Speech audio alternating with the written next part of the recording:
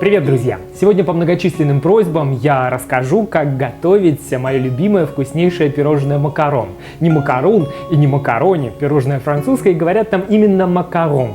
Готовить этот десерт совсем не сложно, главное в мельчайших деталях следовать рецепту, от количества ингредиентов до их температуры.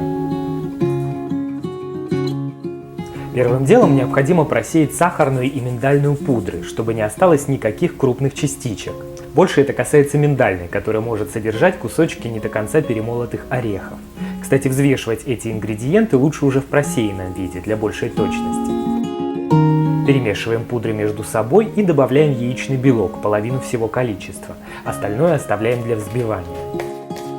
Необходимо все хорошо перемешать в сахарно-миндальную пасту.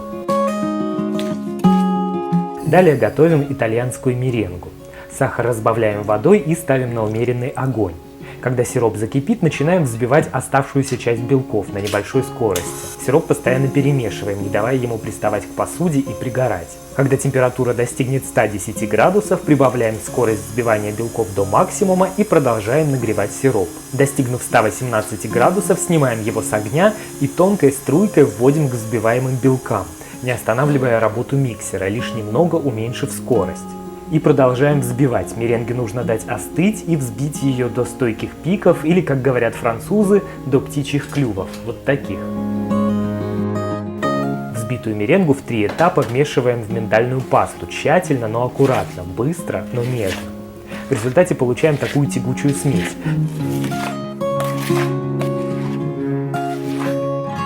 Перекладываем ее в пакет и отсаживаем на противень половинки будущих макарон, оставляя между ними место и стараясь придерживаться одного размера.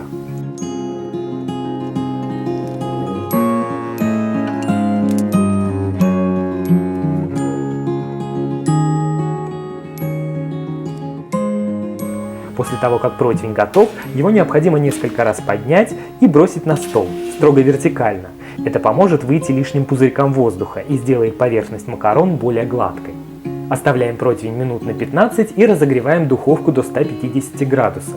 За это время макарон должны немного схватиться, и если потрогать их пальцем, они не должны прилипать. Отправляем противень в духовку, закрываем дверцу и понижаем температуру до 140 градусов. Выпекать макарон следует 10 минут. На 6-й минуте, когда уже образуются характерные юбочки, рекомендуется открыть духовку и перевернуть противень, чтобы печенье подсушивались равномерно. После духовки необходимо сразу снять макарон с противня. Прямо на бумаге или силиконовой подложке переместить на какую-нибудь решетку, чтобы они начали остывать.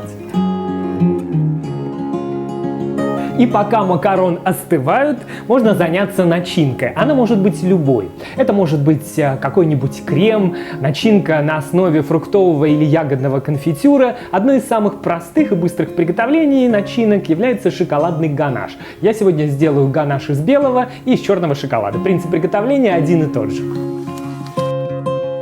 Доводим до кипения сливки. Затем, сняв с огня, небольшими кусочками добавляем шоколад, тщательно вмешивая его венчиком. Как только добиваемся полностью однородной консистенции, добавляем размягченное сливочное масло, также тщательно его вмешивая с помощью венчика.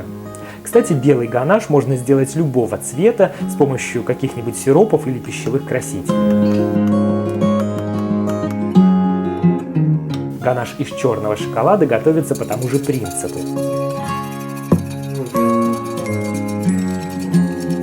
Для более изящного вкуса в этот раз я добавил немного ликера Гран Марнье, совсем чуточку.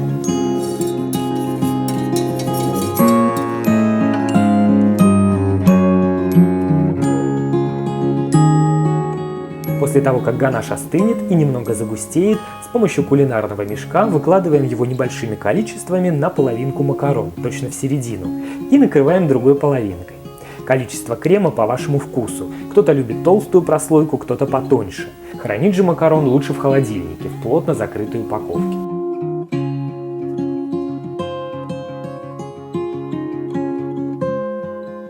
На этом подробные и четкие инструкции заканчиваются. Что делать дальше с макарон, думаю, вы разберетесь и сами. Подробный рецепт, как всегда, сможете найти в блоге. С вами был Саша Cooking Time. Пока-пока.